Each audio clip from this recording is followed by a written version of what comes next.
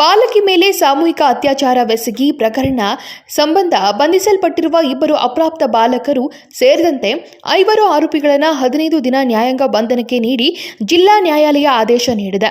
ಪೊಲೀಸರು ಆರೋಪಿಗಳನ್ನು ನ್ಯಾಯಾಲಯಕ್ಕೆ ಹಾಜರುಪಡಿಸಿದರು. ಈ ಪ್ರಕರಣದ ವಿಚಾರಣೆ ನಡೆಸಿದ ನ್ಯಾಯಾಲಯವು ಆರೋಪಿಗಳಿಗೆ 15 ದಿನಗಳ ನ್ಯಾಯಾಂಗ ಬಂಧನಕ್ಕೆ ಒಪ್ಪಿಸಿದೆ. ನ್ಯಾಯಾಲಯದ ಆದೇಶದ ಹಿನ್ನೆಲೆಯಲ್ಲಿ 3 ಆರೋಪಿಗಳನ್ನು ಕೇಂದ್ರ ಹಿಂಡಲ್ಗಾ ಕಾರಾಗೃಹಕ್ಕೆ ರವಾನಿಸಲಾಗಿದೆ. ಕಾನೂನು ಸಂಘರ್ಷಕ್ಕೆ ಒಳಗಾಗಿರುವ ಇಬ್ಬರು ಅಪ್ರಾಪ್ತ ಬಾಲಕರನ್ನ ರಿಮ್ಯಾಂಡ್ ಹೋಮ್ಗೆ ಕಳುಹಿಸಲಾಗಿದೆ. ಈ ಪ್ರಕರಣದಲ್ಲಿ ಭಾಗಿಯಾಗಿ ತಲೆಮರೆಸಿಕೊಂಡಿರುವ ಮತ್ತೋರ್ವ ಆರೋಪಿ ಬಂಧನಕ್ಕೆ ಪೊಲೀಸರು ಶೋಧ ಕಾರ್ಯಾಚರಣೆ ಮುಂದುವರೆಸಿದ್ದಾರೆ. ಬಾಲಕಿ ಜೊತೆಗೆ ಸ್ನೇಹ ಬೆಳೆಸಿದ ಯುವಕನೋರ್ವ ಆಕೆಯನ್ನ ಪುಸಲಾಯಿಸಿ ಕಾಕ್ತಿಗುಡ್ಡದ ನಿರ್ಜನ ಪ್ರದೇಶಕ್ಕೆ ಕರೆದುಕೊಂಡು ಹೋಗಿದ್ದಾನೆ. ಬಳಿಕ ಆಕೆಯ ಮೇಲೆ 6 ಜನ ಆರೋಪಿಗಳು ಸಾಮೂಹಿಕವಾಗಿ ಅತ್ಯಾಚಾರವೆಸಗಿದ್ರು. ಈ ಘಟನೆಯನ್ನ ತಮ್ಮ ಮೊಬೈಲ್ನಲ್ಲಿ ಸೆರೆ ಹಿಡಿದಿದ್ರು. ಬಾಲಕಿಗೆ ಬ್ಲ್ಯಾಕ್ ಮೇಲ್ ಮಾಡುತ್ತಾ ಬಂದಿದ್ರು. ಮತ್ತೆ ಆಕೆಯ ಮೇಲೆ ಮತ್ತೊಮ್ಮೆ ಸಾಮೂಹಿಕ ಆರೋಪಿಗಳು ಅತ್ಯಾಚಾರವೆಸಗಿದ್ರು.